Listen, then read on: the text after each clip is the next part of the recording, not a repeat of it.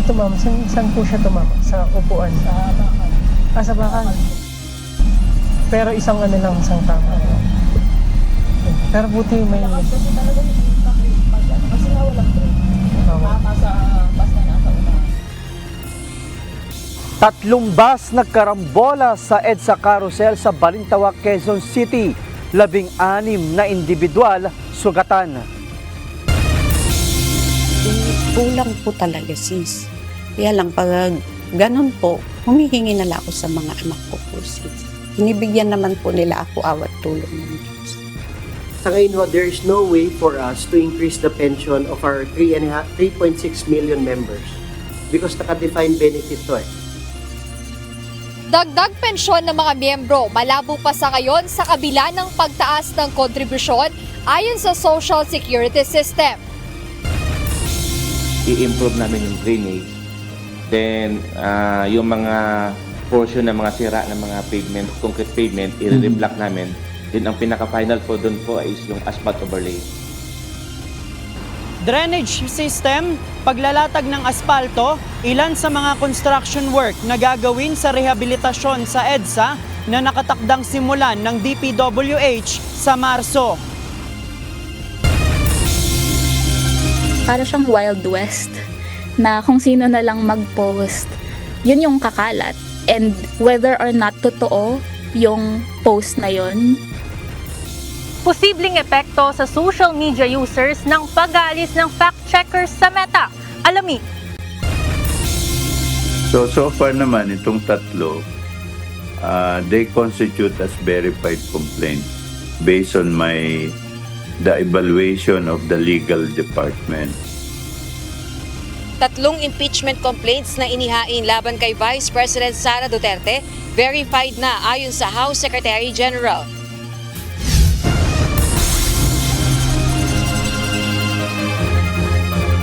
Magandang hapon, Pilipinas at sa buong mundo. Tayo po ay sabayang napapakinggan sa radyo La Verdad 1350, ang UNTV Radio. At una sa ating mga balita. Verified na ang 3 impeachment complaints na inihain sa Kamara laban kay Vice President Sara Duterte. Ngunit ayon kay House Secretary General Reginald Velasco, hindi pa niya ito maitransmit sa tanggapan ni Speaker Martin Romualdez dahil sa pakiusap ng ilang kongresista. Ito ang balita ni Rosalie Cos. So far naman, itong tatlo, they constitute as verified complaint based on the evaluation of the legal department. Beripikado na ng Legal Department ng House of Representatives ang 3 impeachment complaints na inihain laban kay Vice President Sara Duterte. Ang naturang mga reklamo ay bunsod ng kwestyong paggastos ng Office of the Vice President sa confidential funds. Ayon kay House Secretary General Reginald Velasco, maaari nang maitransmit ang mga reklamo sa tanggapan ni Speaker Martin Romualdez anumang oras. Gayunman, nakiusap anya ang nasa 12 kongresista na magkaroon ng sapat na panahon upang mapag-aralan ang susunod nilang hakbang. Ito ay kung mag-e-endorso ba ng isa sa mga reklamo o ng panibagong impeachment complaint. Sa susunod na linggo na kung kailan balik sesyon ng Kamara, target ng makapagdesisyon ng House Secretary General kaugnay ng mga reklamong ibig magpatalsik kay VP Duterte. Giit ni Velasco, hindi maaaring mabinbin lang sa kanyang opisina ang impeachment complaints. One way or another, I have to transmit the complaint or complaints to the Office of the Speaker. Parang ano na yun, negligence on my part if I will not act on these complaints. No? So, yun nga, ang nakiusap kasi sa akin, mga House members, I have to give them due respect. No? Hindi option na hindi gumalaw kasi that would be in violation of the constitutional mandate and duty of the House of Representatives. Dagdag pa ni Velasco, sa kasalukuyan nananatiling 6 ang mga kongresistang nag-endorse sa 3 impeachment complaints. Sa gitna ito ng mga panawagan ng mga naghain ng impeachment complaint at sa tila umiigting ding suporta ng publiko sa pagpapatalsik sa Vice-Presidente batay sa Social Weather Stations o SWS survey. Which is a little bit surprising, no? considering na sinasabi nila marami raw sila makukuhang endorsers and yet after almost a month wala namang nakuhang additional, no? Rosa Licoz, UNTV News and Rescue. Diyos ang aming sandigan, serbisyo publiko ang aming pinahahalagahan. Hinikayat ng liderato ng Armed Forces of the Philippines ang publiko na bumoto ng karapat-dapat na mga opisyales ng gobyerno para maituwid ang direksyon ng bansa. Ayon kay AFP Chief of Staff General Romeo Browner Jr., hindi military junta ang solusyon sa mga problema ng bansa sa kasalukuyan. Ito ang balita ni Lea Ilagan. Isa lang po ang panawagan ko sa ating mga kababayan. Gamitin po natin itong eleksyon upang mailabas yung nasa damdamin natin by voting the right people in the right positions, no? Tamang tao sa tamang posisyon. Ito ang hiling ng liderato ng Armed Forces of the Philippines sa publiko para sa paparating na 2025 midterm elections. Sa pagbubukas ng National Election and Monitoring Center sa Campo Crame kahapon, hinikayat ni AFP Chief of Staff General Romeo Browner ang publiko na gamitin ang kanilang karapatang pumili ng iboboto para maituwid ang direksyon ng bansa. Gamitin natin yung boses natin, yung kaisa-isang boto natin para maituwid po yung gusto natin maituwid sa ating gobyerno, sa ating society, no? Let us use this, let us use our right of suffrage in the proper way. Gamitin po natin yon para maituwid natin yung direksyon ng ating bansa at yung future ng ating mga ng ating bayan at ng ating mga kababayan. Sa ngayon, marami silang naririnig na reklamo kaugnay sa problema ng bayan, kung saan mayroon aniyang nakakaisip ng military junta bilang solusyon. Naririnig naman po natin na maraming mga complaints. Maraming problema ang ating bayan. Ang iba po, ang iniisip nila na solusyon ay magkaroon ng military coup d'etat or military junta. Hindi po yun ang solusyon. Ito pong eleksyon, dito po tayo magtuon ng pansin. Ayusin natin yung eleksyon natin. Kaugnay nito, tiniyak naman ni General Browner na handa ang AFP sa pagbibigay ng seguridad sa paparating na halalan sa pamamagitan ng paglaban sa mga peace spoilers. Sa simula pa lang po ay ginagampanan na natin yung iba't ibang mga activities natin. Katulad po ng pag-address natin sa mga private armed groups, yung pong pag-address natin sa mga peace spoilers, pati na rin po dun sa pag-address natin dun sa tinatawag ng New People's Army na permit to campaign and permit to win, no? So yun po yung mga, doon po kami nakafocus ngayon bago po yung election. Siniguro din ng pamunuan ng AFP ang pag-secure sa mga election materials sa kasagsagan at pagkatapos ng halalan. Palalakasin din aniya nila ang intelligence gathering laban sa mga kandidato na posibleng may impluensya mula sa ibang bansa. Tinitingnan po natin yung mga kandidato, no? Lahat po ng mga kandidato. Tinitingnan po natin yung kanilang background. So meron po tayong background check. And pag meron po kami nakita, no, na mga red flags, ay we will inform the COMELEC about this. Dahil nga po, ayaw natin maulit yung nangyari nung nakarang eleksyon na may mga nakalusot na mga kandidato. So we are in collaboration with the PNP and also with the COMELEC to make sure na we will prevent these kinds of things from happening again. So pinaigting po natin yung ating intelligence operations. Ang PNP naman, palalakasin ang cybersecurity laban sa paggamit ng artificial intelligence sa pagpapakalat ng fake news para impluwensyahan ang mga botante. And we anticipate na yung report po natin what will happen kung mayroong mga fake news coming from the foreign countries dictating the tempo ng ating election. That's one thing, the problem. And we're looking also of using AI to combat po. Not them using AI against us, but us using AI to preserve po yung election po natin. Makikipagtulungan din ng PNP sa COMELEC para mapigilan ng vote buying gamit ang money transfer at e-wallet.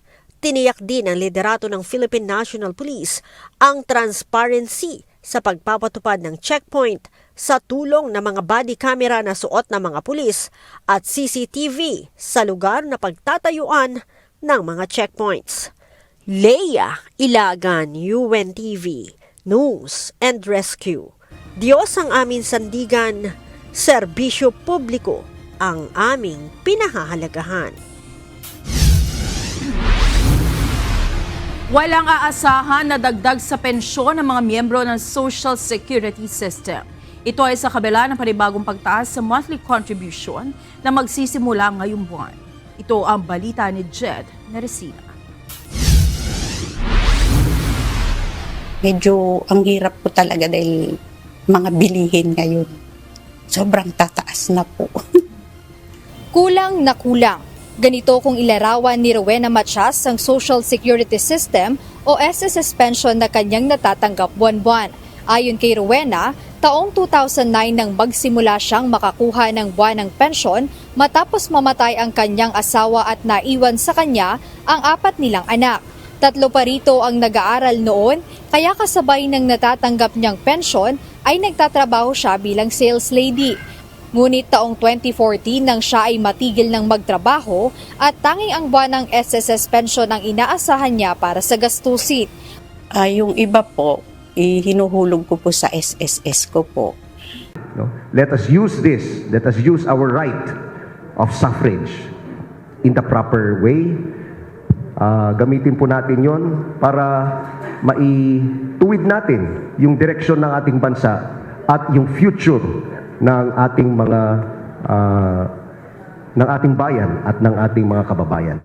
Sa ngayon, marami silang naririnig na reklamo kaugnay sa problema ng bayan, kung saan mayroon aniyang nakakaisip ng military junta bilang solusyon. Naririnig naman po natin na maraming mga complaints. Maraming problema ang ating bayan. Ang iba po, ang iniisip nila na solusyon ay magkaroon ng military coup d'etat or military junta. Hindi po yun ang solusyon. Ito pong eleksyon, dito po tayo magtuon ng pansin, ayusin natin yung eleksyon natin.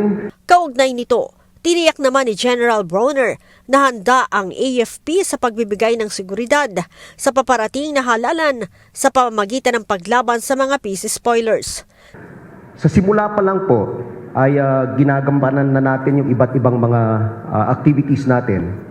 Katulad po ng pag-address natin sa mga private armed groups, yung pong pag-address natin sa mga peace spoilers, pati na rin po dun sa pag-address natin dun sa tinatawag ng New People's Army na permit to campaign and permit to win. No? So yun po yung doon po kami nakafocus ngayon bago po yung election. Siniguro din ng pamunuan ng AFP ang pag-secure sa mga election materials sa kasagsagan at pagkatapos ng halalan. Palalakasin din aniya nila ang intelligence gathering laban sa mga kandidato na posibleng may impluwensya mula sa ibang bansa. Tinitingnan po natin yung mga kandidato. No? Lahat po ng mga kandidato, tinitingnan po natin yung kanilang background. So meron po tayong background check. And pag meron po kami nakita, no, na mga red flags, ay we will inform the COMELEC about this. Dahil nga po, ayaw natin maulit yung nangyari nung nakarang eleksyon na may mga nakalusot na mga kandidato. So we are in collaboration with the PNP and also with the COMELEC to make sure na we will prevent these kinds of things from happening again.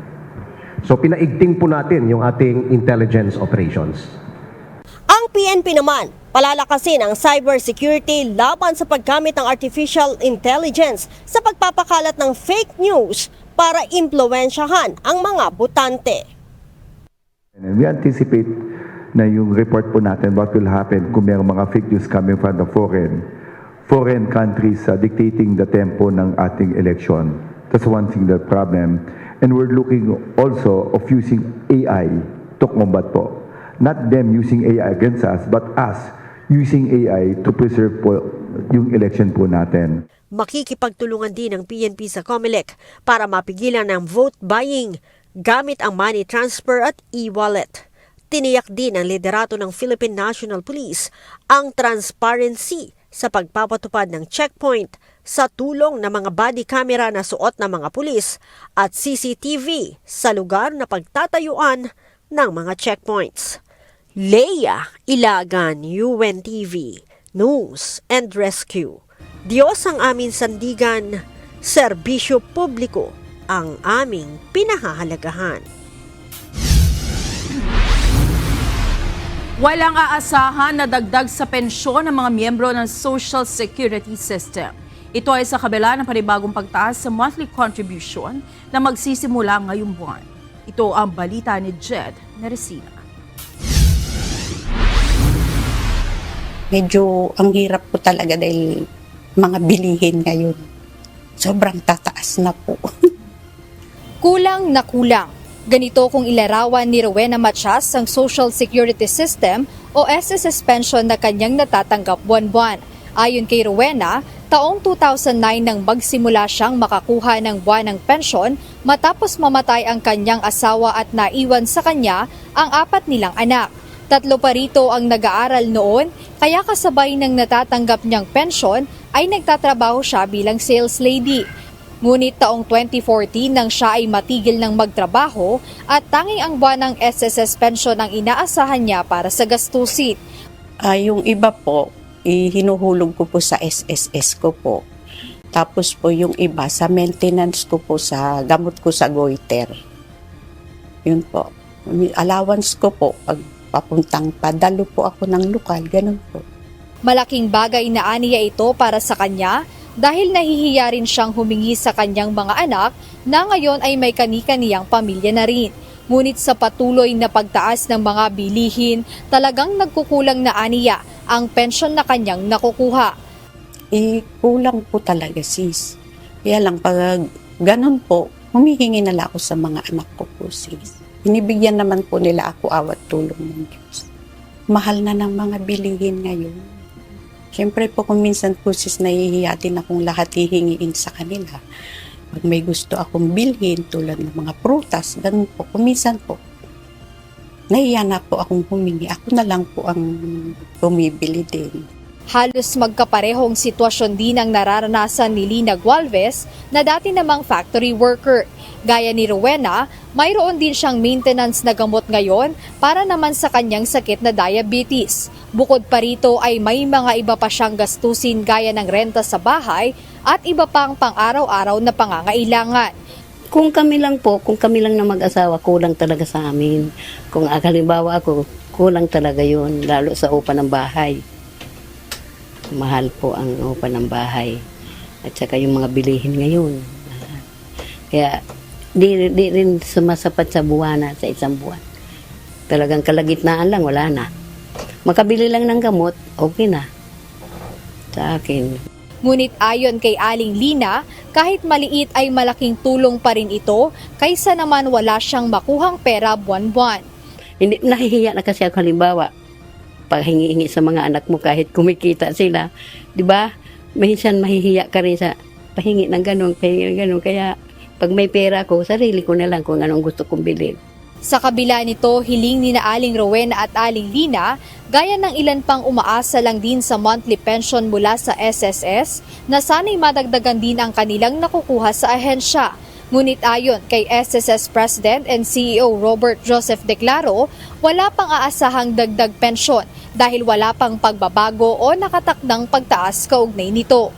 Sa ngayon, there is no way for us to increase the pension of our 3.6 million members because naka-defined benefit to Mababawasan aniya ang fund life ng SSS gaya ng nangyari noong nakaraang administrasyon. During the last administration, nagbigay ng increase ng 1,000 pesos the former president. And ang impact nito sa fund life ng SSS, biglang naging up to 2032 na lang at that stage. So, 14 years na lang ho ang buhay ng fund life ng SSS. Nauna nang ipinahayag na tuloy ang nakaschedule ngayong buwan na pagtataas sa kontribusyon ng Social Security System o SSS. Paliwanag ni SSS President Declaro na ang pagtaas ng singil sa contribution ay upang tugunan ang maaaring pagbaba ng pondo ng SSS at para mapataas ang financial fund nito na maaaring magreresulta ng pagdoble ng fund life ng state-run social insurance program. Dagdag pa niya, katumbas din naman ito ay ang mas magandang benepisyo para sa mga miyembro ng SSS. Jed Neresina, UNTV News and Rescue. Diyos ang aming sandigan, serbisyo publiko ang aming pinahahalagahan. Sisimula na sa Marso ng Department of Public Works and Highways ang planong rehabilitasyon sa EDSA. Ayon sa DPWH, isasaayos nila ang drainage system nito at lalatagan din ito ng mga aspalto para sa mas maayos sa biyahe ng mga motorista. Ito ang balita ni JP Nunez. Nakikita naman natin yung situation ng EDSA, maraming lubak-lubak sa karsada, na nagpapabagal din yan ng daloy ng traffic kasi pag nakita mo may lubak, mag-slow down ka, may domino effect yan as compared kung smooth yung karsada. Araw-araw nang nadadaanan ng mga motoristang bumabagtas sa EDSA ang mga baku-bakong kalsada. Mas lumalalim ang hukay nito kapag merong mga pag-ulan. Kaya ang iba rito kapag hindi agad nagawa ay pinapatungan na lang ng mga steel plates. Dahil sa ganitong sitwasyon, ayon sa Department of Public Works and Highways o DPWH, tututukan nila ngayong 2025 ang rehabilitasyon ng buong EDSA. Sa Marso magsisimula ang mga construction kung saan ang southbound portion nito ang uunahin o ang bahagi mula monumento sa Caloocan at hanggang sa Mall of Asia sa Pasay. I-improve namin yung drainage, then yung mga portion ng mga sira ng mga pavement, concrete pavement, i-reblock namin. Then ang pinaka-final po doon po is yung asphalt overlay. Ayon kay Metropolitan Manila Development Authority Chairman Attorney Romando Artes, kapag nasimulan ang mga konstruksyon sa EDSA, asahan na ng mga motorista ang pagbigat ng daloy ng mga sasakyan. Pag nagsimula po itong rehabilitation ng EDSA, i-anticipate po natin yung pagsikip ng daloy ng traffic. Pero ito po ay sakripisyo na kailangan nating gawin. Ayon sa DPWH, segment by segment ang rehabilitasyon na kanilang gagawin. Ibig sabihin kung saan merong mga parte na malubha ang lubak sa kalsada, ay yun ang uunahin. JP Nunez, UNTV, News and Rescue. Diyos ang aming sandigan, serbisyo publiko ang aming pinahahalagahan.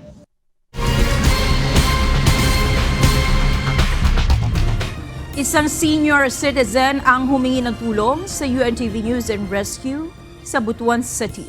Kahilingan ng lola, mailipat siya sa ibang ospital. Ito ang balita ni Lizelle Nael. Yes, hello. Yes, ma'am. Positive na kami ang oxygen.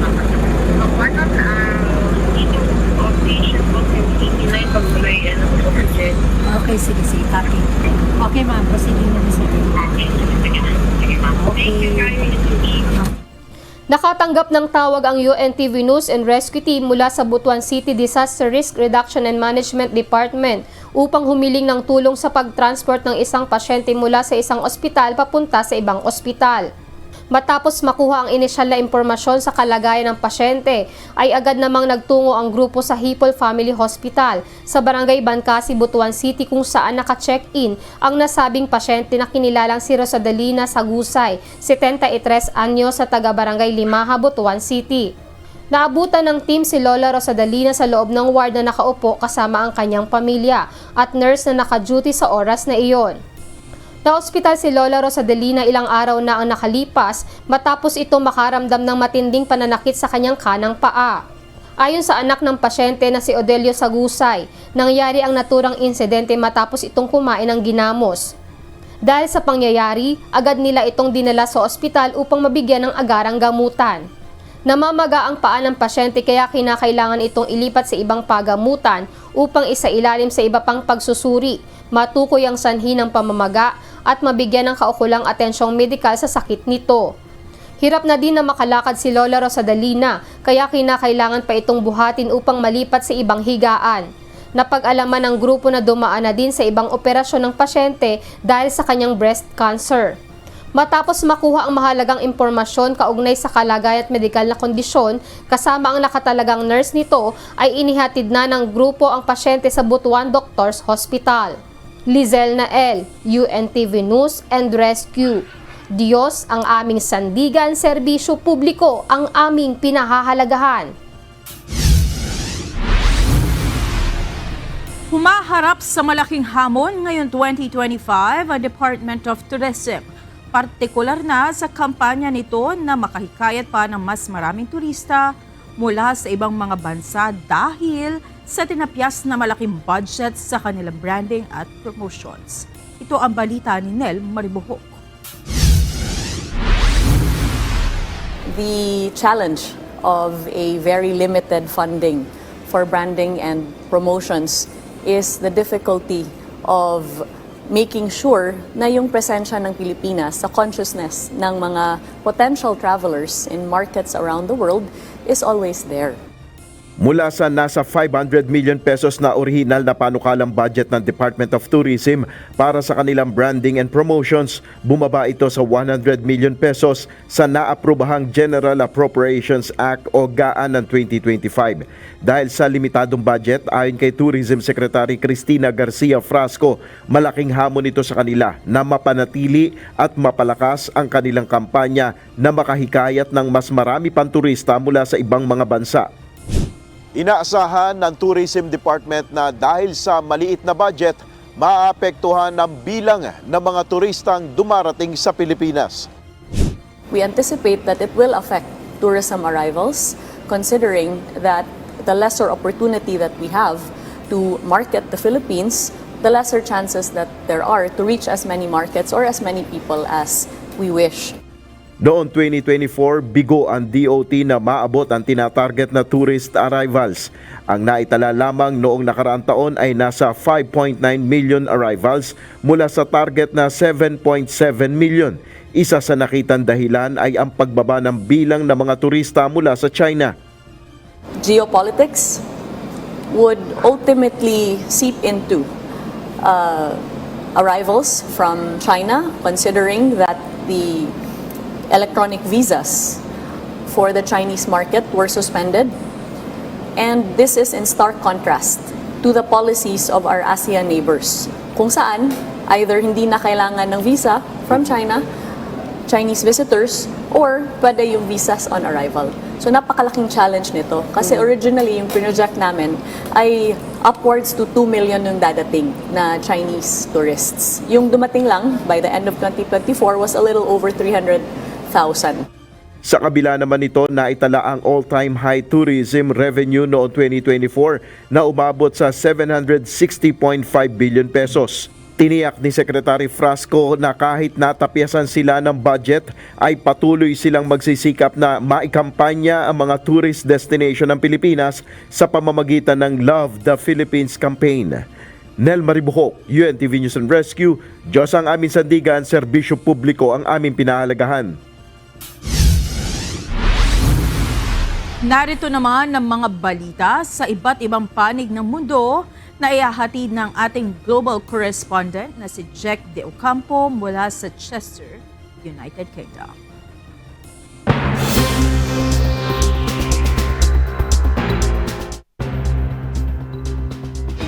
Yes, Monica, inanunsyo ng Labour government ng United Kingdom na umabot na sa 16,400 illegal migrants ang kanilang napaalis mula ng maupo si Prime Minister Keir Starmer noong Hulyo. Ito na ang pinakamataas na bilang ng ganitong uri ng deportation mula noong 2018. Inalis ni Starmer ang plano ng nakaraang conservative government na ipadala ang mga migrante sa Rwanda at naglunsad ng bagong sistema na tututok sa pagpipigil sa illegal migration. tumaas ang bilang ng mga migrante sa English Channel na umabot sa 36,800 noong 2024. Ito ay 25% na mas mataas kaysa sa nakaraang taon. Nagpaplano ang gobyerno ng United Kingdom na magpatupad ng mga parusa laban sa mga lider ng sindikatong nagpapasok ng libu-libong tao sa bansa. Today we're introducing a regime, a sanctions regime, which is very similar to the powers we've used against terrorists, which allows us to seize their assets, to stop them travelling, and to put them out of business. And so that is a really important step. Umabot na sa $150 billion ang pinsala ng wildfire sa Los Angeles, California. Bunso nito ipinapalagay ng ilang analyst na posibleng ito na ang pinakamahal na wildfire sa kasaysayan ng Estados Unidos. Ito ang balita ni Sonicos. Devastation out there is catastrophic in California. Thousands of houses, schools, businesses burned to the ground. Communities wiped out, lives lost, families forever changed. Lumawak pa lalo ang Palisades Fire at hanggang ngayon ay wala pa rin itong containment. Ito ay tinuturing ng pinakamapanirang sunog sa kasaysayan ng Los Angeles na tumupok ng mahigit 13,000 hektarya. Ayon sa mga otoridad, 7 tao na ang kumpirmadong nasawi. Inaasahan pa nilang madadagdagan ito habang patuloy ang search operations. Samantala, inaresto ang isang suspect kaugnay ng Kenneth Fire sa West Hills na iniimbestigahan bilang posibleng arson. Patuloy na lumalaki ang apoy na umabot na sa 960 acres, kaya ipinatupad na ang mga evacuation order. Sinusuri ng mga otoridad kung may koneksyon ang suspect sa iba pang sunog sa Los Angeles. Dahil sa mga sunog, nananatiling sarado ang mga paaralan sa Los Angeles Unified School District. Kinansela na rin ni Vice President Kamala Harris ang kanyang biyahe sa ibang bansa upang matutukan ang mga sunog sa California. Inihayag ni President Joe Biden na sasagutin ng federal government ang 100% na gastos sa rehabilitation sa loob ng 180 days upang tustusan ang pagtanggal ng mga debris at hazardous materials, pansamantalang tirahan at sahod ng first responders. I was talking with the governor and he requested if I could increase the federal funding that was authorized under this legislation from 75% to 90%. We're increasing it to 100% of all the costs to be covered by the federal government. Hanggang ngayon, nasa 180,000 ang nasa ilalim ng evacuation orders at 200,000 naman ang nasa evacuation warnings. Na-evacuate na ang 100,000 tao at may babala pa para sa iba pang 100,000 na dapat nang mag-evacuate dahil sa kanilang pagiging malapit sa danger zone. Tinatayang aabot sa $50 hanggang $100 billion ang halaga ng pinsala. Sonicos, UNTV News and Rescue, Los Angeles, California, USA. Diyos ang aming sandigan, serbisyo publiko ang aming pinahahalagahan.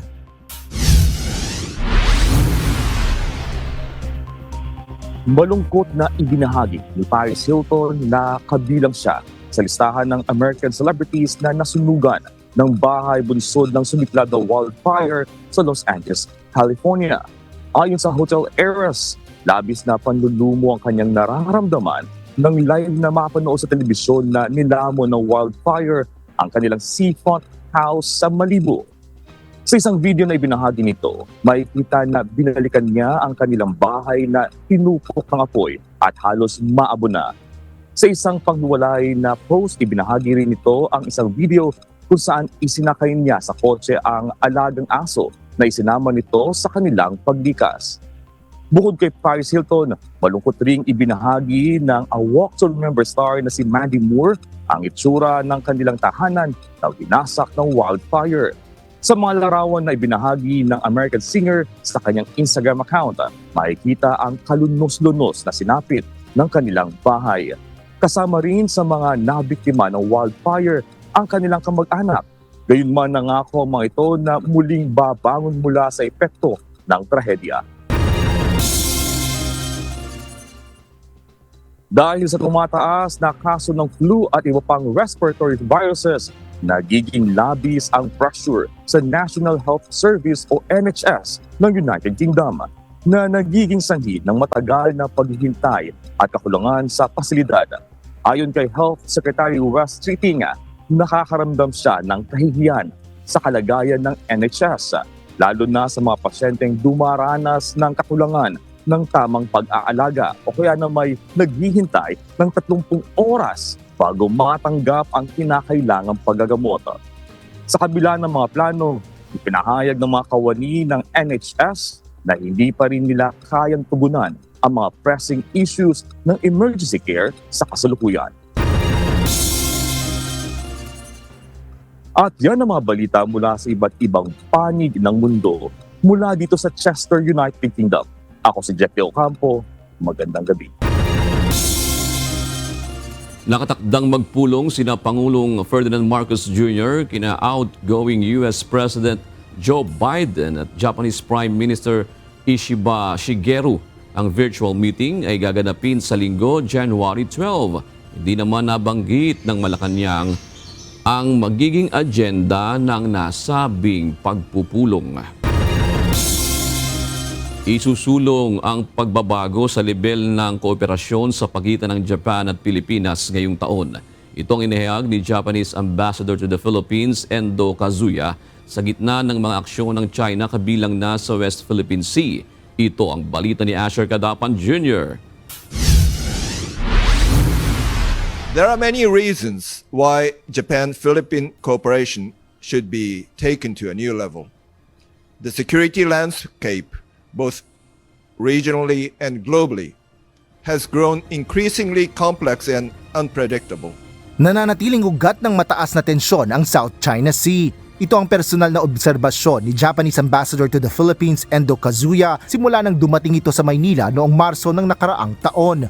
Sa isang pagpupulong, sinabi ng kinatawan ng Japan na kapuri-puri ang posisyong ipinapakita ng gobyerno ng Pilipinas sa gitna ng mga insidente sa pagitan ng mga Filipino at Chinese vessels. Nagpapakitaan niya ito ng paninindigan ng bansa sa mapayapang resolusyon sa kabila ng sigalot sa West Philippine Sea alinsunod sa 2016 Arbitral Award. Para harapin ang malulubha at masalimuot na hamon sa seguridad, binigyan diin ni Ambassador Kazuya na dapat doblihin ang kasalukuyang pagsisikap ng Pilipinas katuwangan Japan. Ito ay sa pamamagitan na rin ng Reciprocal Access Agreement o RAA na kasunduang magbibigay daan sa pagsasailalim sa pagsasanay at posibleng operasyon ng armed forces ng dalawang Asian countries. Once the RAA comes into effect, our level of cooperation will enter a new phase. The Japan Self-Defense Forces will be able to engage in advanced training with the armed forces of the Philippines, particularly in joint U.S.-Philippines exercises such as Barikatang, Kamandag, and Sama-Sama. Together, we will continue to fortify our security and defense cooperation with allies and like-minded partners such as the U.S. and Australia, sending a powerful message of our unwavering commitment to regional peace and stability anchored on the rule of law. We will persevere in pursuing these efforts while maintaining high-level communication. Noong nakaraang taon, nasaksihan ang pagsulong sa kooperasyon ng Pilipinas at Japan para sa seguridad at depensa kabilang na ang pagpapaigting ng pagbisita at talakayan. Paliwanag ng Japanese Ambassador, ang mga hakbang na ito ay hindi lang nagpatibay ng relasyon ng Japan at Pilipinas, kundi maging ng trilateral cooperation kasama ang Estados Unidos. This moment, the three countries are working on whether we can coordinate the possible telephone call, but it's not, as far as I understand, it's not fixed yet, and we will be notifying the media. Ngunit inanunsyo na ng Malacanang ang nakatakdang pagsasagawa ng virtual na pagpupulong ni na Pangulong Ferdinand R. Marcos Jr., outgoing US President Joe Biden at Japanese Prime Minister Shigeru Ishiba sa January 12. Ayon kay Presidential Communications Office Secretary Cesar Chavez, wala pang detalye ukol sa agenda ng Pangulo. Ang pagpupulong ay kasunod ng Trilateral Summit sa Washington noong nakaraang taon kung saan tinalakay ng mga lider ang seguridad, infrastruktura at mga isyong pang-ekonomiya. Kinumpirma naman ng Department of Foreign Affairs na nakatakda na ang opisyal na pagbisita sa Pilipinas ni Japanese Minister for Foreign Affairs Iwaya Takeshi sa susunod na linggo. Ito ay para sa isasagawang bilateral meeting upang pag-usapan ang politika, depensa, seguridad, ekonomiya, development cooperation at iba pang suliranin ng dalawang bansa. Asher Kadapan Jr., UNTV News and Rescue. Diyos ang aming sandigan, serbisyo publiko ang aming pinahahalagahan. 16 ang sugatan sa banggaan ng 3 bus sa EDSA Carousel sa Balintawak, Quezon City kaninang tanghali. Kasama ang UNTV News and Rescue sa mga rumisponding rescue unit para madala sa ospital ang mga sugatan. Ito ang balita ni Joshua Antonio.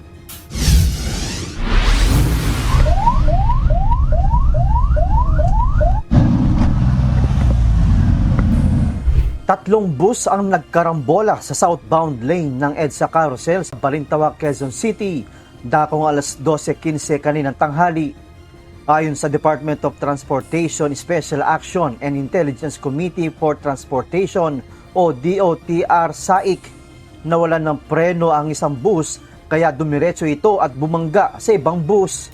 Nasa 16 ang naitalang sugatan kasama na ang isang rider ng motorsiklo na natamaan ng nahagip na concrete barrier. Nawasak naman ang windshield sa likurang bahagi ng 2 bus. Agad na rumisponde ang mga kawani ng UNTV News and Rescue Team kasama ang ibang emergency units upang lapatan ng paunang lunas ang ilang nasugatan. Isa si Janice Hoxon sa tinulungan ng UNTV News and Rescue para madala sa ospital. Papasok na sana ito sa trabaho nang mangyari ang aksidente. Yung dito ma'am, saan po siya tumama? Sa bakal. Pero isang lang, isang tama. May... Lakas kasi talaga yung impact kasi nga walang brake. Basta nasa unahan. Dinala ang mga sugatan sa Quezon City General Hospital. Ayon sa driver ng nakabanggang bus, paglagpas umano sa LRT station sa Balintawak, may lumagutok sa bandang ilalim ng bus. Nang naramdamang hindi kumakapit ang preno palapit sa babaan ng mga pasahero, sinabihan na umano nito ang mga pasahero na nawalan ng preno ang minamanehong bus. Joshua Antonio, UNTV News and Rescue. Diyos ang aming sandigan, serbisyo publiko ang aming pinahahalagahan. Tone-toneladang basura ang tila walang humpay na nililinis ng Manila Department of Public Services sa mga lugar na dinaanan ng traslasyon kahapon. Ayon sa mga naglilinis, sana ay maging disiplinado ang mga sumama sa prosesyon pagdating sa kani-kanilang mga basura. Ito ang balita ni Ryan Lacanlale. Siguro ang tanging magiging po dyan para mabawasan ng basura is yung disiplina po ng mga deboto. Sana po ika nga kung ganun yung pagkadeboto po nila, dapat magkaroon din yung devotion po sa pagiging disiplinado po. Nasa 70 hanggang 80 tonelada ng basura ang iniwan ng mga dumalo sa taunang traslasyon kahapon. Ayon sa Department of Public Services ng Manila City Hall, dumoble ang kanilang nakolektang basura ngayong taon. Kumpara last year, mas marami po kasi last year may umulan kaya yung tao po hindi ganun karami. Unlike ngayon, napakarami nung mga deboto talaga na nagsipuntahan. Bagamat 3 distrito lamang ng Maynila ang nakakasakop sa mga lugar na dinaanan ng traslasyon, lahat ng kawani ng DPS sa 6 na distrito ng lungsod ang idineploy para maglinis ng basura. Nasa 700 sweeper at tagahakot ng basura simula pa kahapon ang nakadeploy. Tumulong na rin sa paglilinis at paghakot ng basura ang MMDA, City Engineering Office at ang service provider ng Maynila na PhilEco. Ang nahirapan po talaga kami, Quiapo area po talaga dahil nandun po talaga yung bulto ng tao And yun pa po, isa pong naging challenge po sa amin, yung dami din po ng mga vendors na nagkalat sa kung saan-saan na talagang nakadagdag po talaga sa mga basura po. Sa District 3 pa lamang ng Maynila na nasasakupan ng Palangka Street, Carriedo, Plaza Miranda, Quezon Boulevard, Recto Avenue at Avenida. Alas 9 pa lamang ng umaga, nasa 31 truckload na ng basura ang nahakot nila. Karamihan sa mga iniwang basura ay mga plastic bottle.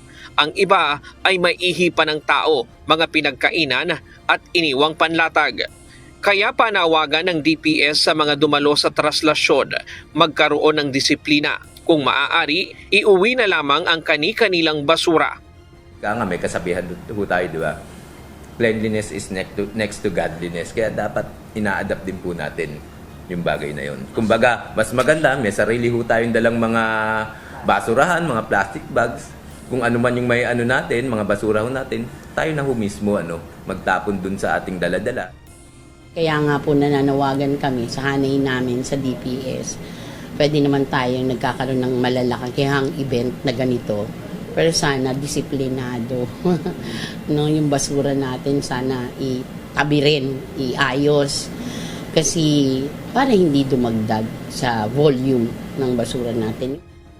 May mga lugar din nila na mapanghina dahil kung saan-saan na lamang umihi ang mga nagsidalo. Kaya para malinis ay kailangang bugahan ng tubig ng DRRMO para mawala ang hindi kaaya-ayang amoy. Ryan Lacanlale, UNTV News and Rescue. Diyos ang aming sandigan, serbisyo publiko ang aming pinahahalagahan. Isasara ang ilang mga kalsada sa Maynila at Pasay City sa Lunes dahil sa isasagawang grand rally ng isang religious organization. Mayroon namang inihandang traffic rerouting plan ang Metropolitan Manila Development Authority o MMDA upang makaiwas sa mga saradong kalsada ang mga motorista. Ito ang balita ni JP Nunez. Libong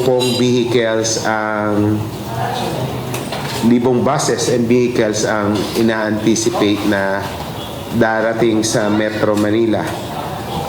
So expect po natin yung traffic congestion. Sa Lunes, January 13, inaasahan ang matinding traffic sa area ng Maynila, Pasay at maaaring umabot pa sa Quezon City dahil sa nasa 1 milyong taong makikiisa sa Grand Rally ng isang religious organization. Sa natanggap na impormasyon ng Metropolitan Manila Development Authority o MMDA, nasa 15,000 mga sasakyan ang magdadatingan sa Quirino Grandstand mula sa iba't ibang probinsya. Dahil dito pansamantalang magpapatupad ng road closure ang MMDA at gagawin munang paradahan ang ilang mga kalsada sa Maynila at Pasay. Merong 20 mga kalsada sa Maynila at Pasay ang paparadahan ng mga bus, jeep at iba pang mga sasakyan na makikiisa sa Grand Rally. Kasama sa mga magsisilbing parking area ang Mel Lopez Boulevard, ilang bahagi ng Road 10, Bonifacio Drive, Abad Santos, A. Mendoza, Espanya, Palangka at Paco Park Circle. Gayon din ang Romualdez Street, San Marcelino Street, Quirino Extension, Calao Avenue, ilang bahagi ng Rojas Boulevard, Macapagal Boulevard, Buendia at ang paligid ng PICC. Although i-allow natin yung street parking, 1 lane lang po. So kung 3 lanes po yung karsada kung saan sila inalaw or 2 lanes, dapat 1 lane lang ang sasakupin. Hindi po pwedeng sakupin yung buong karsada na wala ng ibang makakadaan. So anyone na magbabiolate po noong rule na 1 lane lamang ang sasakupin ng parada, ay i-issuean po natin ng ticket. Kung walang driver, ipatotoo ko po yan. Samantala, isasara naman ang Katigbak Drive, South Drive, portion ng Rojas Boulevard, TM Calao, Bonifacio Drive, P. Burgos at Maria Orosa. Merong alternatibong ruta na ipatutupad para sa mga PUV at private vehicles na pa-northbound. Mula sa Rojas Boulevard, kakanan sa Quirino o UN Avenue, kakaliwa sa Taft Avenue hanggang makarating sa destinasyon. Ang mga southbound naman na private vehicles mula Road 10, dadaan sa Anda Circle, kakaliwa sa Soriano Avenue, kakanan sa Muralla Street, kaliwa sa Magallanes Drive, kanan sa P. Burgos Avenue hanggang makarating sa destinasyon. Habang ang mga truck naman na manggagaling sa SLEX ay babaybay sa Quirino Avenue, Nagtahan Street, Lacson Avenue, Yoseco Street, Kapulong Street, R10 Road hanggang makarating sa destinasyon. Alas 4 ng umaga sa Lunes, ipatutupad ang mga road closure at alternatibong ruta.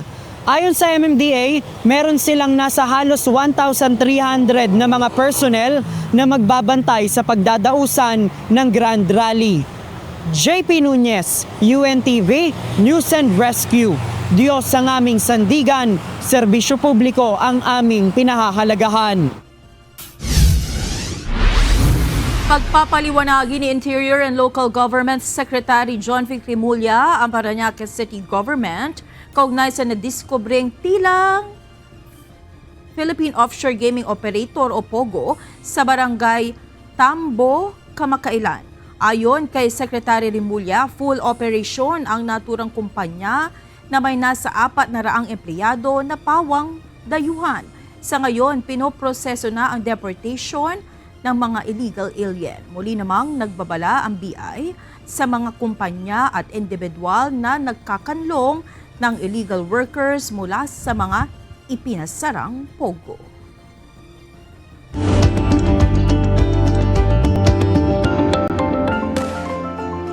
Isang laganap na kondisyon sa kababaihan na kadalasang nagbibigay pangamba dahil sa kakaibang discharge. Ito ang tinatawag na bacterial vaginosis o BV na nakakaapekto sa kalusugan ng babae. Ito ang balita ni Kichi Ciprian.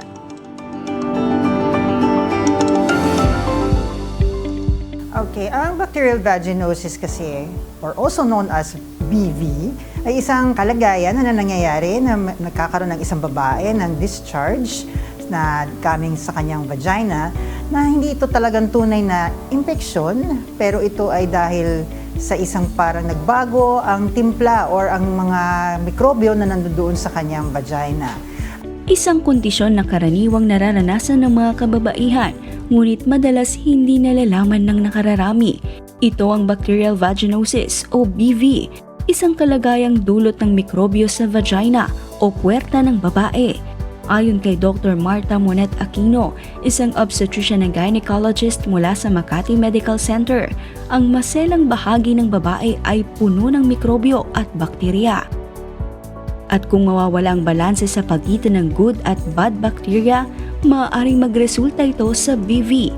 Ilan sa mga posibleng sanhi nito ay pagbabago ng hormones, maraming sexual partner, paggamit ng mga mababangong produkto sa vagina, at pag-inom ng antibiotics. Pagka kunyari nagbago ang kanyang hormonal status, depende sa period, sa kanyang menstrual cycle o yung kanyang edad, kung siya ba ay buntis, kung siya ay naninigarilyo, kung meron siya mga ginagamit na mga produkto katulad ng mga masyadong mababango na mga panlinis o panghugas. Pwede din kasama din dito kapag kung siya ay nag-take ng mga antibiotics. Pwede siya magkaroon ng ganitong kondisyon. Karaniwang sintomas ng bacterial vaginosis ay ang di pangkaraniwang discharge na may amoy at maaaring magkaroon ng pagbabago sa tekstura nito. Higit sa 80% ng kababaihan ang maaaring makaranas nito sa kanilang buhay, ngunit marami pa rin ang nahihiyang kumonsulta sa doktor. Kapag pinabayaan, ang bacterial vaginosis ay maaaring magdulot ng pelvic inflammatory disease na maaaring maging sanhi ng infertility, sexually transmitted infections at mga komplikasyon sa pagbubuntis. Pagka nagbuntis naman din, mas increase ang risk na magkaroon ng mga preterm labor, rupture of membranes, tsaka pagka nanganak, pwedeng magkaroon ng infection mismo dun sa matres dahil siyempre aakyat yung mikrobyo. Yung mga, kung halimbawa na cesarean, pwede magkaroon ng infection dun sa kanyang, sa kanyang incision site o sa surgical site. Minsan, pwede siyang umakyat dun sa matres and it can cause yung tinatawag natin pelvic inflammatory disease. So, pwedeng maging isang sanhi kung bakit siya hindi mabubuntis o mahirapan mabuntis sa balang araw. At para sa iba pang impormasyon ukol sa bacterial vaginosis, tunghayan ang programang Doctors on TV this Sunday, 7 a.m. only here at UNTV. Kichi Cipriano, UNTV News and Rescue. Diyos ang aming sandigan, serbisyo publiko ang aming pinahalagahan.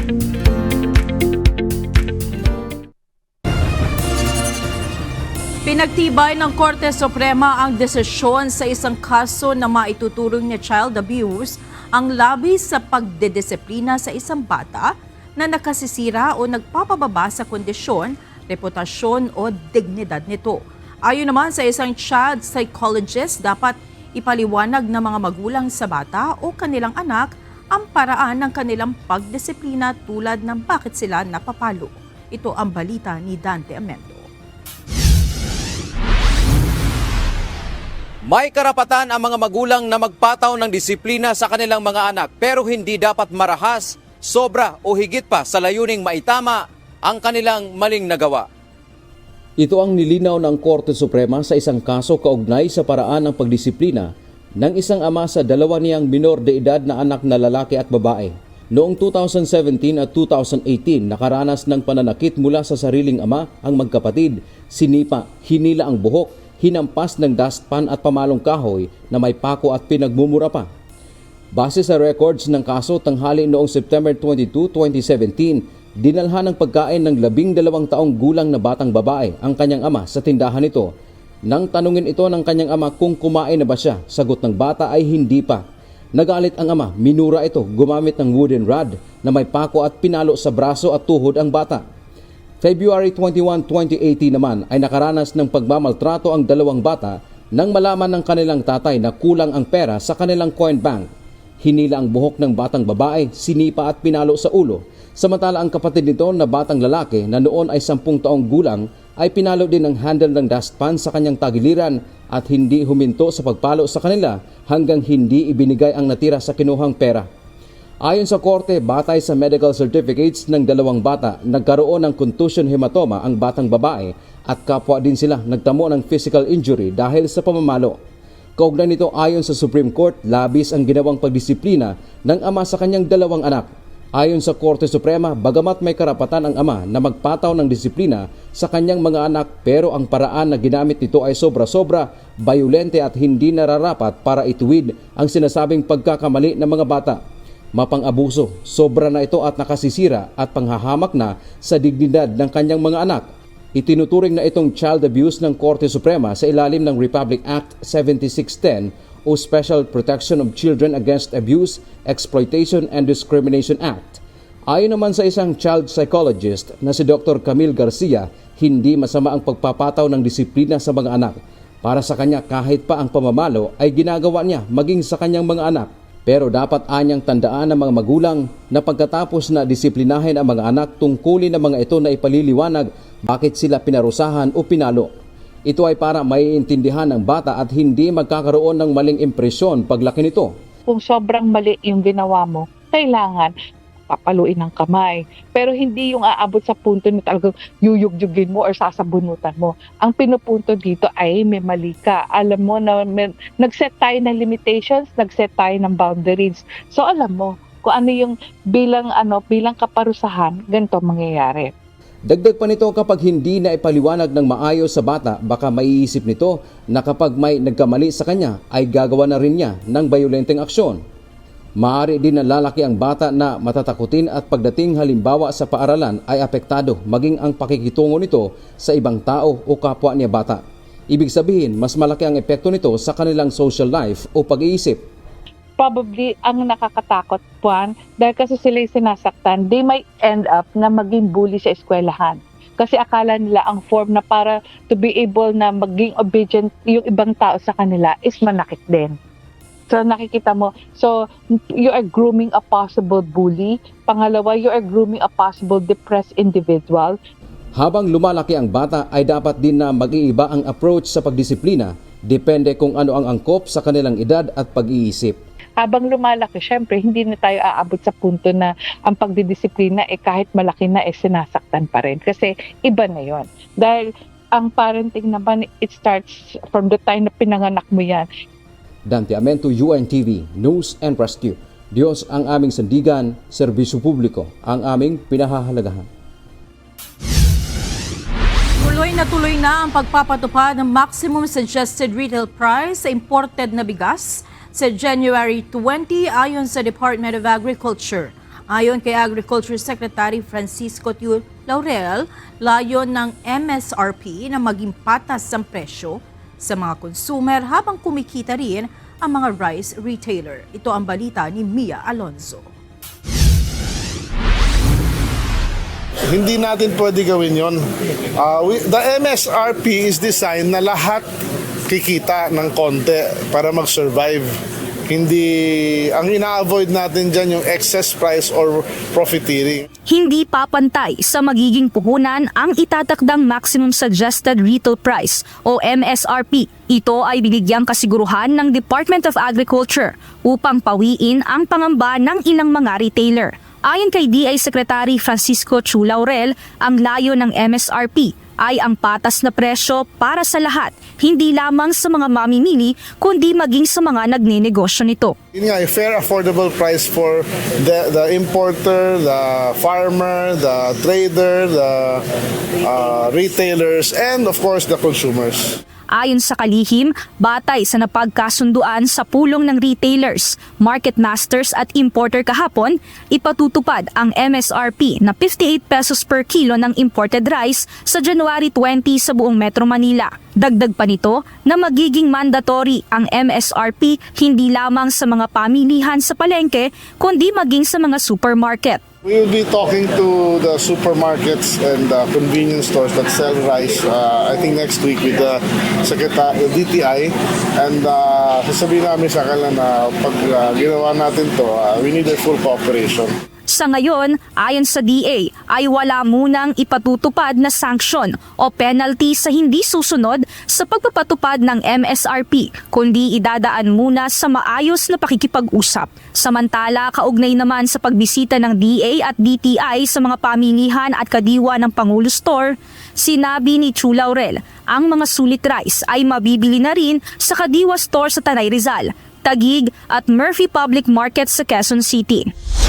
Sa inilunsad ng Department of Agriculture ngayong araw na sulit rice o yung 100% broken rice, makikita natin yung pagkakaiba ng dalawang bigas. Sa sulit rice, makikita natin, ito yung 100% broken rice na sinasabi. Kung mapapansin ninyo, medyo durog-durog yung mga butil nito kumpara dito sa rice for all na mabibili sa 40 pesos. Ang sulit rice, mabibili natin siya sa halagang 36 pesos per kilo. At kapag sinaing naman siya, ito na yung bigas mula sa 40 pesos na rice for all. At ito naman yung kinalabasan na saing doon sa 36 pesos na bigas o yung 100% broken na bigas. Ayon sa mga tindera dito sa Kadiwa Market, ay maraming mga mamimili ang sumubok na bumili nitong sulit rice o yung 100% broken rice dahil ayon sa kanila, hindi naman nila tinitignan yung butil. Kung ito ba ay durog-durog, ang mahalaga sa kanila, ang texture ng bigas na mahalaga na masarap ang lasa at nakakain naman. Ayon naman kay Aling Elsa, isang mamimili, magmula noong December ay bigas na sa Kadiwa Market ang binibili niya at isinasaing. Dahil para sa kanya, halos pareho lang ito sa dating mas mahal niya pang binibili. 20 ang discount eh. Mag 60 ka doon. Minsan puro pareho lang yun sa binili kong 60 eh. Puro pareho lang ang lasa. At saka kahit yung isa yung 40, okay din yun. Mas gusto ko rin yun. Medyo buo-buo yun. Basta ako, nagustuhan ko naman. Aniya, sa hirap ng buhay, mas maigi na may murang bigas silang nabibili. Samantala, sa pag-iikot kanina, tinikman naman ni na Secretary Chu Laurel at DTI Secretary Cristina Roque ang inilutong sulit rice. Anila, nais nilang masiguro na aprobado at katangkitangkinig ang bigas na ibinebenta ng Kadiwa Stores. Ayon sa dalawang opisyal, maganda ang kalidad ng imported na bigas kaya nais ng kagawaran na mapag-aralang makapagbenta ng sulit rice sa regular na mga pamilihan. Mia Alonzo, UNTV News and Rescue. Diyos ang aming sandigan, serbisyo publiko ang aming pinahahalagahan. Inanunsyo kamakalawa ni Meta founder Mark Zuckerberg na tatanggalin na ang third-party fact-checkers sa kanilang social media platforms na Facebook, Instagram at Threads. Ayon naman sa isa sa mga third-party fact-checker ng Meta sa Pilipinas, posibleng magkaroon ito ng epekto sa pag-consume ng impormasyon ng mga social media users lalo na pagdating sa political contents. Ito ang balita ni Ivan Alvarez. We're going to get rid of fact checkers and replace them with community notes similar to X, starting in the US. Tututukan simula ngayong taon ng Meta ang mas maluwag na free expression sa kanilang social media platforms. Ayon kay Meta founder Mark Zuckerberg, naging komplikado ang kanilang lumang sistema ng content moderation. Even if they accidentally censor just 1% of posts, that's millions of people. And we've reached a point where it's just too many mistakes and too much censorship. Kaya naman sa pamamagitan ng bagong policies ng Meta, kasama na ang pagtatanggal ng fact-checking program sa Facebook, Instagram at Threads, nais ng nasabing tech company na gaanan ng restrictions at hayaan ng mga user na makilahok sa iba't ibang pagtalakay, lalo na pagdating sa politika, bilang parte ng kanilang free speech. Nangangamba naman ang Verifiles, isa sa mga third-party fact-checkers ng Meta sa Pilipinas, sa mga posibleng maging masamang epekto nito, lalo na at top social media platform sa bansa ang Facebook. Para siyang Wild West, na kung sino na lang mag-post, yun yung kakalat. And whether or not totoo yung post na yun, the ordinary people to check muna kung tama o mali yun. Pero parang nawawalan ka ng extra layer of protection kung wala yung fact-checkers. Ayon kay Celine Samson, head ng online verification team ng Verifiles, hindi pa anya sila ganoon kakumbinsido sa ipapalit na community notes guidelines, lalo na ngayon na hindi lahat ng tao ay naniniwala sa facts.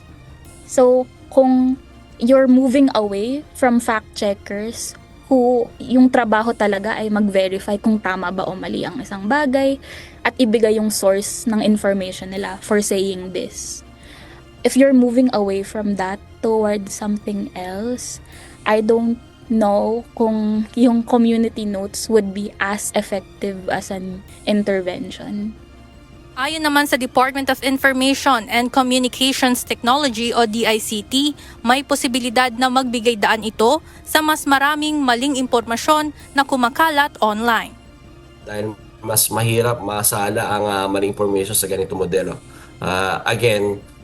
It would be a free market of opinions na ho. With sabihin ho, bahala kayo mag-exchange ng opinions, pero we're not backing one particular side against the other. Samantala, pinanghahawakan ng Commission on Elections o COMELEC ang pledge of support na nilagdaan ng Meta pagdating sa pagtutok sa fake news sa election season sa kabila ng mga bagong policies nito.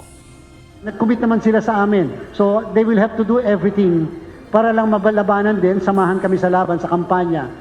Siguro naman hindi makaka-apekto, may paraan naman yung Meta para makapag-fact-checking sila. Para sa DICT, bukod sa content moderation na ginagawa ng Meta, dapat ding maging matalino ang mga user pagdating sa pagbabahagi at pagkuha ng impormasyon online. So to give context to ourselves, kailangan hindi lang yung basta magbabasa ka. You have to know or be acquainted with the ideas at saka yung context. So sa mga online platforms, tandaan natin na ang protection at seguridad ng ating online affairs ay nakaatang sa ating mga kawakamay. Aminado ang Meta na hindi perpekto ang kanilang system at marami pang kailangang i-improve dito. Balak naman ng naturang technology company na ipatupad muna ang kanilang bagong patakaran sa content moderation sa United States of America o USA. Ivan Alvarez, UNTV News and Rescue. Diyos ang aming sandigan, serbisyo publiko ang aming pinahahalagahan. Suportado ng League of Cities of the Philippines si Baguio City Mayor Benjamin Magalong hinggil sa paghingi ng transparency sa pamahalaan pagdating sa national tax allotment para sa mga lokal na pamahalaan. Kaya naman nakikiisa ang mga ito ng paghingi ng dialogo sa Department of Finance upang matiyak na naipatutupad ng maayos ang ayon sa nakasaad sa batas. Ito ang balita ni Grace Doctolero. A letter of support to supporting the call for a dialogue with the Department of Finance para maklarify na yung issue regarding yung non-compliance, yung perceived non-compliance with the Mandanas 40, Mandanas Garcia ruling. Lubos na sinusuportahan ng League of Cities of the Philippines o LCP ang pagsisikap ni Baguio City Mayor Benjamin Magalong na magkaroon ng transparent na accounting ng National Tax Allotment o NTA para sa mga local government units o LGUs na pagtiyak na natatanggap ng malungsod ang mga kinakailang mapagkukunan para sa epektibong pamamahala. Ang support letter ay ginawa kasunod ng pagsisiwalat ni Mayor Benjamin Magalong kamakailan na ang syudad ng Baguio sa kanilang computation ay hindi nila natatanggap ang buong 40% na internal revenue allotment ng lungsod.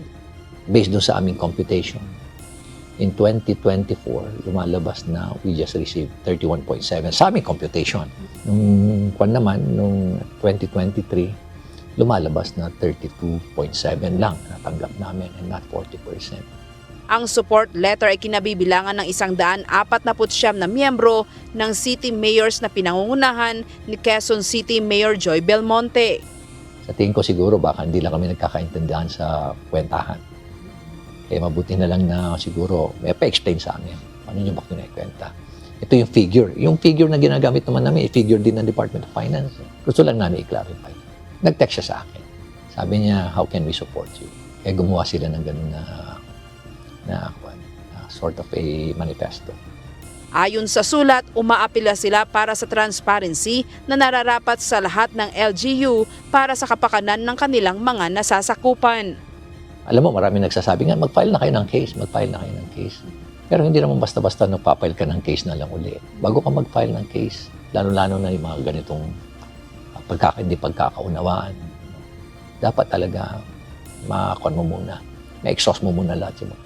Ang Mandanas Garcia ruling ay kapasyahan ng Korte Suprema na makatanggap ang local government units ng karampatang bahagi sa lahat ng buwis na nakolekta ng sentral na pamahalaan. Naglalayon itong palakasin ang pamahalang lokal sa kanilang pagbibigay ng serbisyong medikal, pang-infrastruktura, edukasyon at serbisyong lokal at upang mapaangat ang mga nasa kanayunan sa pamamagitan ng pagtaas ng national tax allotment. Nauna nang sinabi ni Mayor Magalong na may karamdaman pa si Secretary Recto kaya naghihintay pa sila ng tugon sa kanilang hiling na dialogo. Grace Doctolero, UNTV News and Rescue. Diyos ang aming sandigan, serbisyo publiko ang aming pinahahalagahan.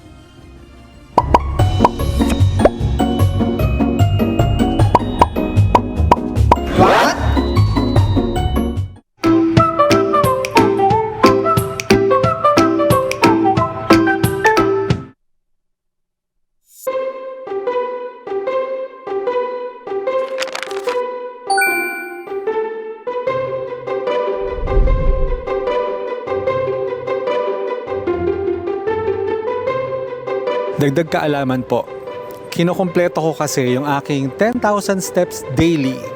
Pero hindi nyo ba natatanong, kailangan ba talaga natin ng 10,000 steps araw-araw? Alamin po natin. Alam nyo ba, ang 10,000 steps goal ay nagsimula sa Japan noong 1960s. Pero ayon sa mga eksperto, hindi lang ito basta trend. May benepisyo ito sa ating katawan. Kapag umaabot ka ng 10,000 steps araw-araw, maraming naitutulong ito sa iyong kalusugan. Pinapababa nito ang risk ng sakit sa puso, high blood at diabetes. Bukod pa dyan, nakakatulong din ito para ma-maintain ang tamang timbang at mental health. Pero teka, hindi kailangang pilitin kung hindi kakayanin. Sabi ng mga pag-aaral, kahit 4,000 to 7,000 steps lang, may malaking health benefits na. Ang mahalaga, kumikilos ka at hindi stagnant buong araw. Hindi kailangang maging strict, pwedeng unti-untiin. Maglakad lang sa umaga, gumamit ng hagdan o mag-stretch sa bahay. Basta may movement, malaking bagay na yan. Kaya po sa tanong na kailangan ba talaga natin ng 10,000 steps araw-araw, actually, hindi naman. Pero, mas maganda kung makaka 10,000 steps tayo daily dahil bawat hakbang ay hakbang patungo sa ating kalusugan. Kaya, kilos-kilos na. Sana po may natutuhan kayo at laging tatandaan, mapalad po ang tao na nakakasumpong ng karunungan at ang tao na nagtatamo ng kaunawaan.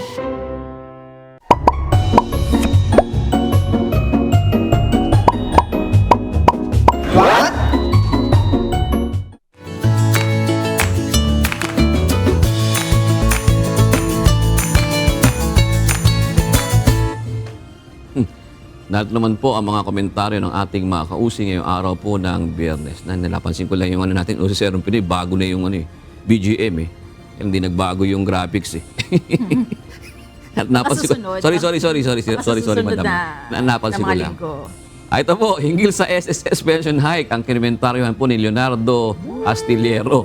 Dapat yan ay magtatag ng panibagong security insurance na makakatulong ng malaki sa mga member nito. Yun. Sabi naman ni Bill Cypher, ako po ay 64 ang edad. Ang benepisyo ko, 6,000. Wala akong dagdag sa SSS. Ito naman, sabi naman po ni Sonito Vargas Channel, paanong konti na lang ang fund ng SSS? Maraming employer at employee members na dadagdag taon-taon. At yung ibang fund, ini-invest naman nila sa malalaking company, kaya di kailangan magtaas ng contribution. Kasi abulin nila yung mga hindi naguhulog. alam mo, minsan yung may oras pa ba tayo? Ba? 6:56 na pala. Kasi doon sa press conference nung nakaraan, nung SSS, pinapaliwanag nila yan. Pag doon natin Pilipino, hindi mo maintindihan talaga. Kasi may mga terms sila doon, hindi maintindihan talaga. May mga actuarial, may mga gano'n. Sabi ko, paano kaya ito? Pero ang talaga dyan, yun. Benepisyo naman daw natin yun. Kumbaga may dagdag, pero dagdag benepisyo rin daw. Oo. Pero dapat din kasing mahabol yung mga hindi naguhulog ng tama na mga employers. Isa kasi yan sa mga big factors kung bakit yung lifespan ba tawag doon? Yung lifespan ng SSS? Variability, kung tawagin nila. Oo, ayun ay medyo nanganganib or umiikli kasi nga hindi nakukolekta yung dapat na makolekta nila. Pero masama dyan, nakakaltas doon sa mga employers. At hindi lang yung hinuhulog, yung premiums. Meron din dati pa, nga hindi rin nakakolekta yung mga nagbayad ka ng loan mo, tapos yung employer mo hindi binabayad. May ganun din yan, meron din yan. Oo.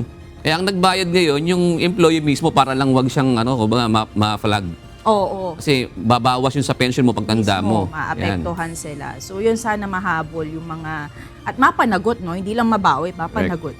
Yan, ito po, salamat po at shout out sa atin pong mga kausi na sina Kenryu Fillarca Jr., Amancio Mabini at Rolando Torda. Maraming salamat din kina Ruel Javier Nad Parma Jr. at Raizo Nash Lando. At mga kasambahay, bilang bahagi pa rin ng advokasya ng UNTV na public service, ang radio mobile booth kasama ang mobile optical and dental clinic ay magtutungo sa Barangay Camacho, Balangas City sa Bataan sa Martes, January 14. Kabilang sa mga serbisyong ipagkakaloob ay ang free medical consultation, dental extraction, optical with free reading classes, at may kasama pang libreng gamot at pagkain. Narito naman ang salita ng Diyos na ating sandigan mula sa Aklat ng Santiago 4:14 hanggang 15 na nagsasabi, kayo ngang hindi nakaalam ng mangyayari bukas. Ano ang inyong buhay? Kayo nga'y isang singaw na sandaling panahon ay lumilitaw at pagdakay napapawi. Sapagkat ang dapat ninyong sabihin ay, kung loloobin ng Panginoon, ay mga bubuhay kami at gagawin namin ito o yaon. At yan ang naging kabuuan ng ating balitaan ngayong gabi. Aming inilahad ng buong katapatan kung paano namin nasaksihan. Ay po'y makapagtitiwala na ang aming nakita at narinig, ang aming ibinabalita. At dito po sa UNTV, Diyos ang aming sandigan, serbisyo publiko ang aming pinahahalagahan. Magandang gabi po.